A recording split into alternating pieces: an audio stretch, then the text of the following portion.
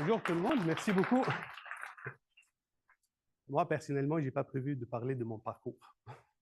Donc, ce que j'ai prévu, c'est de partager avec vous le futur de la transformation numérique, le voyage, c'est l'Odyssée, que nous vivons tous ensemble. Et dans ce sens, je vais raconter une histoire par rapport au secteur des télécommunications. Pour démarrer, j'aimerais bien vous poser une question ici à tout le monde. Y a-t-il quelqu'un qui a un téléphone portable Nokia ici dans la salle? Motorola, iPhone, Samsung. Mais parfait. Là, l'idée dans le fond, c'est quoi? C'est que Motorola et Nokia, début des années 90, ils étaient les meilleurs, les pionniers du marché. Et ils ont commencé à nous faire vivre cette transformation numérique à travers le téléphone portable. Début des années 90, là, le téléphone portable, il était gros et lourd. Il n'est pas maniable. Mais comme entrée de jeu, là, était quelque chose de high-tech. Quelques années après, c'était début des années 2000, je pense que nous avons tous vécu, l'arrivée d'un téléphone qui est un peu spécial, qui s'appelle Nokia 3310. Le petit, avec des touches, et on peut envoyer des SMS, des textos, recevoir des textos, et était facile. Et on frémait là avec le 3310. Et figurez-vous, là, cette marque, c'était début des années 2000, 126 millions d'exemplaires vendus partout dans le monde. C'était énorme. Jusqu'à ce qu'une tempête est arrivée. Et l'arrivée de l'iPhone. D'où l'analogie du navire. C'est ce que moi, je vais continuer à vous raconter pour la suite de l'histoire. C'est que traditionnellement, les entreprises, les firmes géraient leur organisation comme s'il s'agit là d'un navire dans des eaux calmes. Le changement était facile, simple. La technologie n'était pas très avancée et tout le monde était prêt pour consommer toute nouveauté sur le marché. Cependant, la réalité avec la transformation numérique n'était pas là, n'amenait pas du bon vent pour ces firmes-là. Parce que ça demandait beaucoup de changements. Des changements au niveau de méthode de travail, des changements au niveau de la culture, des changements au niveau de la technologie, et on mise beaucoup sur l'innovation. D'où le rôle de l'analyse d'affaires après, que je vais vous témoigner. Nokia, au début, croyait qu'il naviguait dans des eaux calmes. Pourquoi? Parce que la gestion du changement était lente et progressive. Début des années 90, un premier modèle, et après, début des années 2000, un nouveau modèle. Aujourd'hui, là, iPhone 15, 16, 13 était hier, bientôt Samsung 25, là on est S24, etc. Et était terrible là que la mer était très calme. Et tout ce qu'on propose, tout le monde là l'accepte, et tout le monde l'achète, et tout le monde n'a pas assez d'exigences par rapport à ce qu'on propose, parce que tout le monde découvre. Maintenant, là, l'environnement, c'est pour cela qu'il était stable aussi. On n'avait pas beaucoup de concurrents. Et aucun concurrent n'a pensé à riposter à ces firmes-là, Motorola et Nokia, qui étaient les pionniers.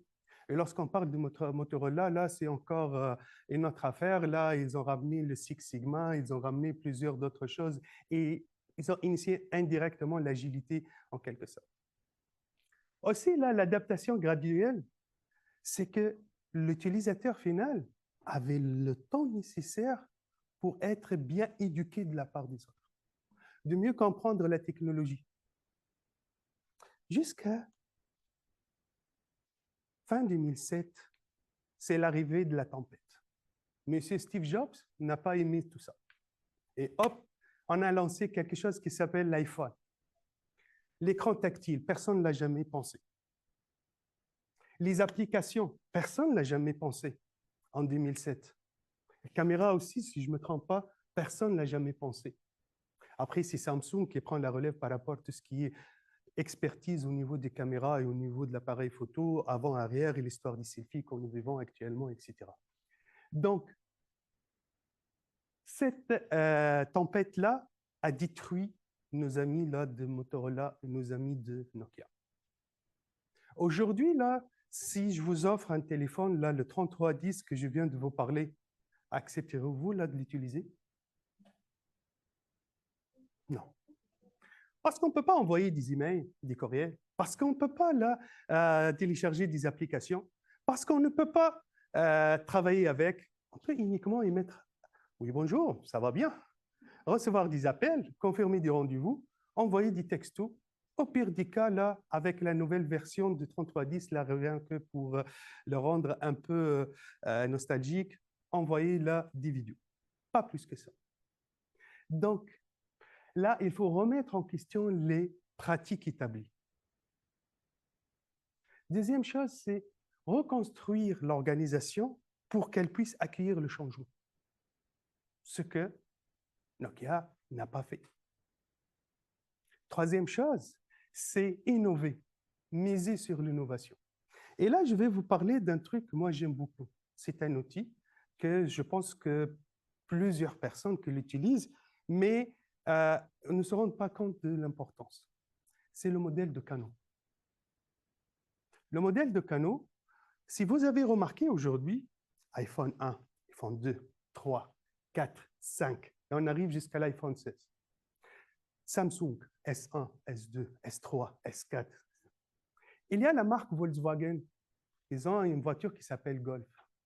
Golf 1, 2, 3, 4, 7, 8. Et on arrive là chaque fois. Pourquoi cette chronologie numérique là dans les versions qu'on le retrouve chaque fois sur le marché? Entre parenthèses, là, ils ne sont pas bêtes, leurs experts là, à chaque fois, lorsque même ils dupliquent le même modèle, s'il y a une cause. C'est parce que tout simplement, une nouvelle version ramène des nouveautés, des nouvelles fonctionnalités.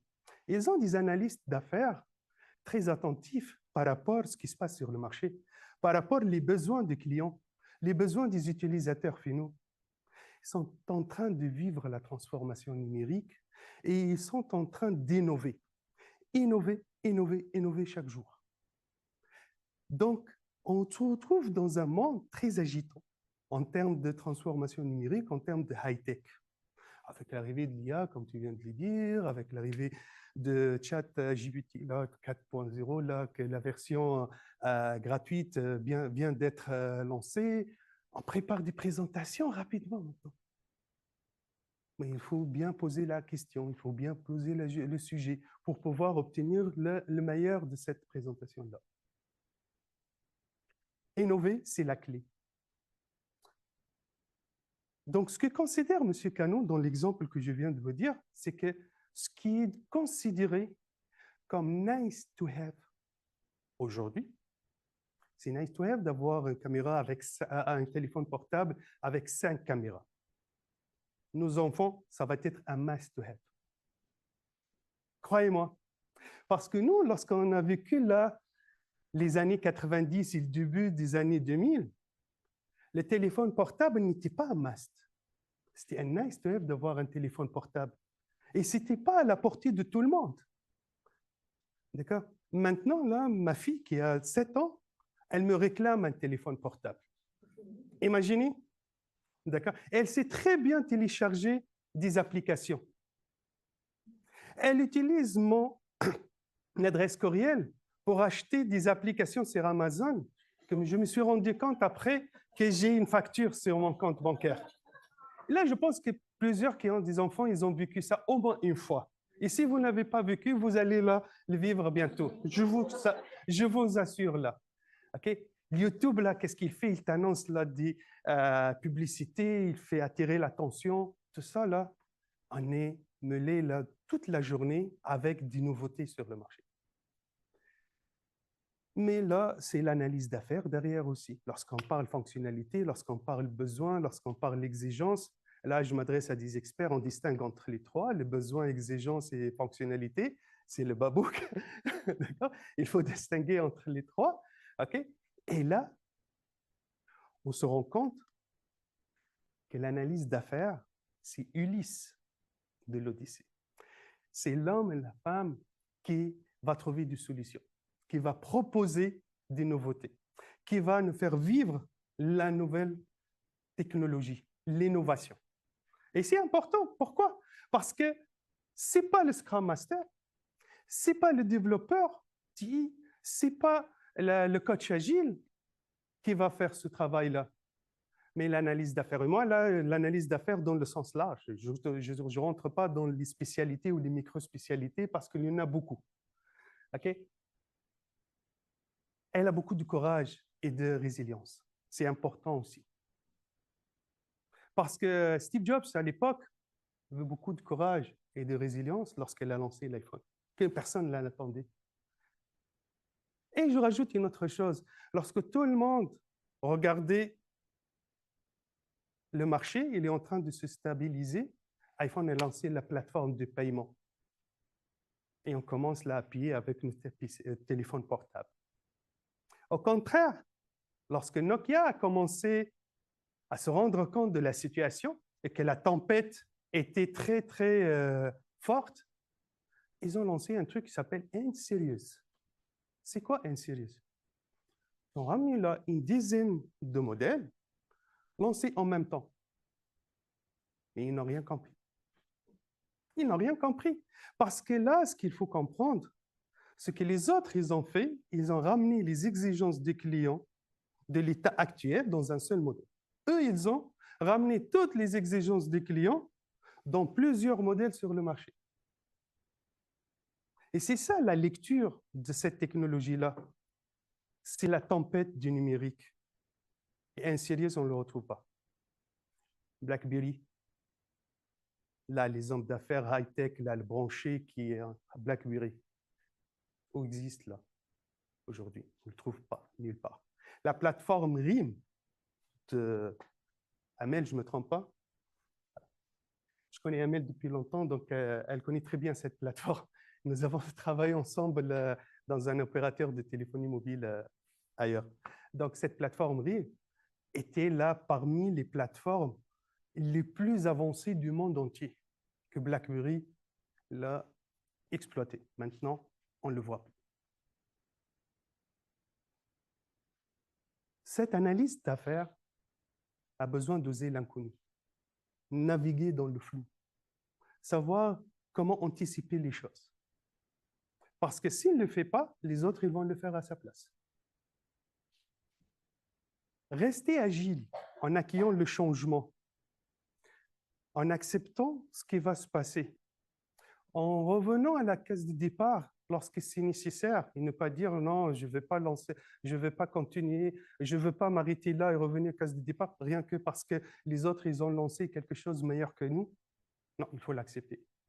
Encore une fois, si tu ne l'acceptes pas, les autres sont déjà en train d'avancer sur ça.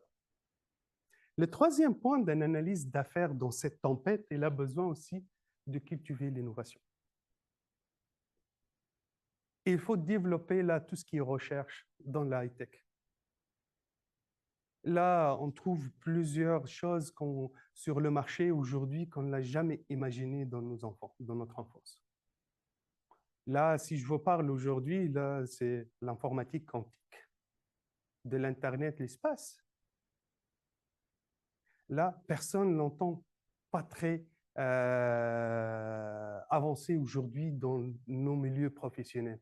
Mais préparez-vous bientôt d'avoir un abonnement d'Internet satellitaire à la maison. Monsieur Elon Musk, là, il est en train de vous chercher la solution pour pénétrer dans vos foyers.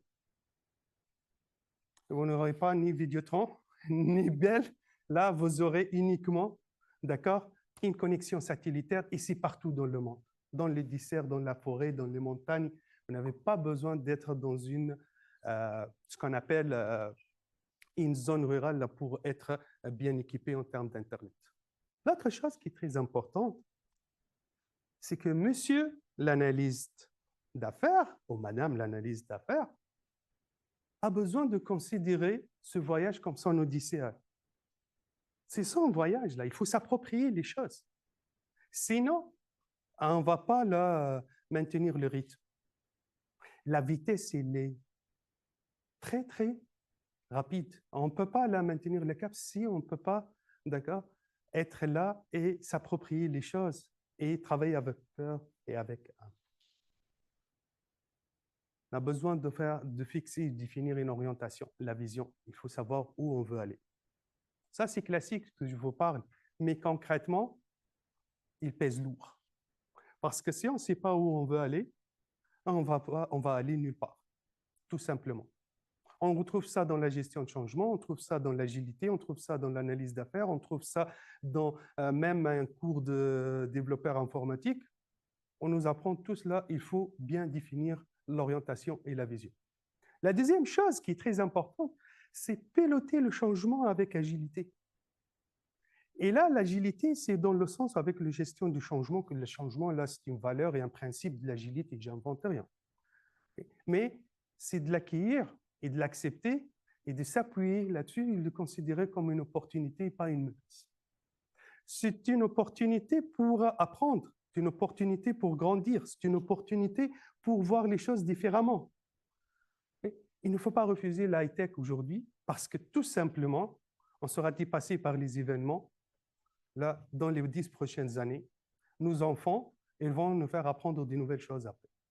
Et nous, censés être informés, éduqués par rapport à ça. Cartographie du nouveau processus numérique aussi, c'est parmi la mission d'un analyste d'affaires dans le domaine de la transformation numérique. Tout simplement, là, j'attire votre attention par rapport à cette histoire de cartographie du processus. Et j'ouvre une petite parenthèse. Quelle est la différence entre une firme qui est gérée par ces processus et une firme où on ne trouve pas les processus? Avez-vous une réponse à cette question? Tout simplement, là, c'est pour passer le message ou l'idée clairement. C'est parmi les experts de l'amélioration continue. Monsieur Toyota a dit un truc très important. Mes concurrents, ils ont des hommes et des femmes très intelligents. Ils n'ont pas de processus. Toyota, nous avons des processus avec des hommes et des femmes ordinaires. Et nous sommes les premiers sur le marché. C'est ça la différence. Donc, réfléchissez 1000 fois avant d'abandonner une activité qui n'est pas processée. On dit on n'a pas besoin de processus. Et là, lorsqu'on parle de processus, ce n'est pas un petit document qui est mis dans le tiroir. On dit qu'on a un processus. Là, le processus, c'est une cartographie, c'est des mesures, des objectifs. Il est rattaché à quel parcours client, si on fait faire le lien.